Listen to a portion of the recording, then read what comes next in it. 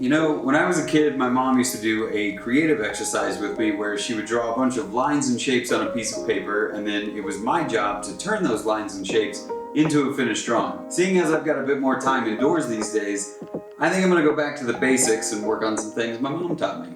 First thing I'm gonna need are some general art supplies. Right, now I just need someone to get me started. Do you feel like helping? Sure.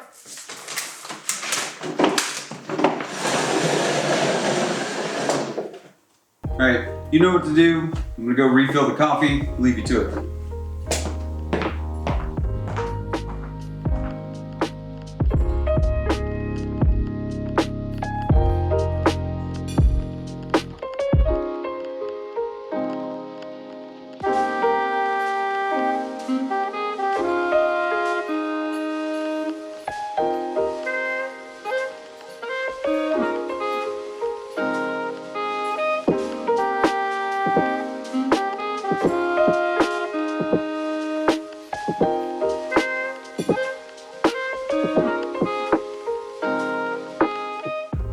Alright, let's see what you got. Where's my coffee? Thank you. Alright, now can I see what you came up with? I am excited, show me. Okay. Oh my god. What I see. Good lord. You're welcome. Alright, these are better than I expected. I'm kind of an artist. I think I've got my work cut out for me though. Well, my work here is done, so I'll leave you to it. Thank you. Take your coffee.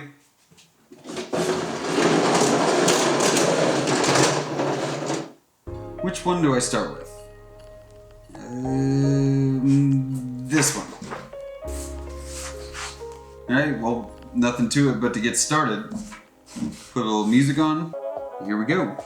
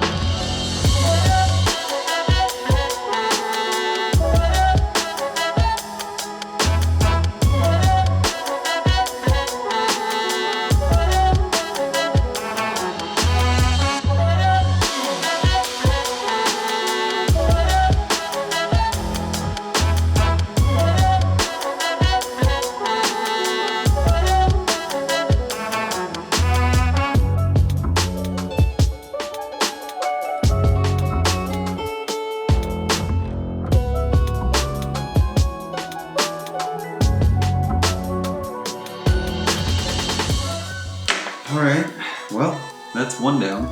I'm gonna hang this, clean up a little bit, get started on number 2.